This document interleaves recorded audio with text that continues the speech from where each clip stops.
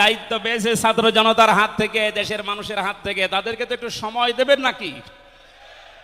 কুষ্টিয়াতে বাংলাদেশ জামাতে ইসলামের শ্রদ্ধাভাজন আমির উনি সাংবাদিকদের জানিয়েছেন, আমরা সম্মানজনক এবং যুক্তিপূর্ণ সময় তাদেরকে দিতে চাই, যেন দিনের ভোট আর রাতে না হয়। কথা বলেন না কেন? সুতরাং সম্মানজনক সময় নিয়ে তারা ঠিক ব্যবস্থা করবে।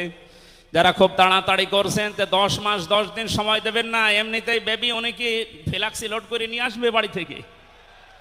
সুতরাং আমরা চাচ্ছি, সংস্কার যখন আরম্ভ হয়েছে দেশে, 1628টা চেয়ার আছে এই দেশের মেন চেয়ার, এই চেয়ার না, যিনি পালিয়েছে তার চেয়ার থেকে শুরু করে এদেশের ওসি সাহেবের চেয়ার পর্যন্ত আপনি গণনা করবেন, 1628টা চেয়ার হয়।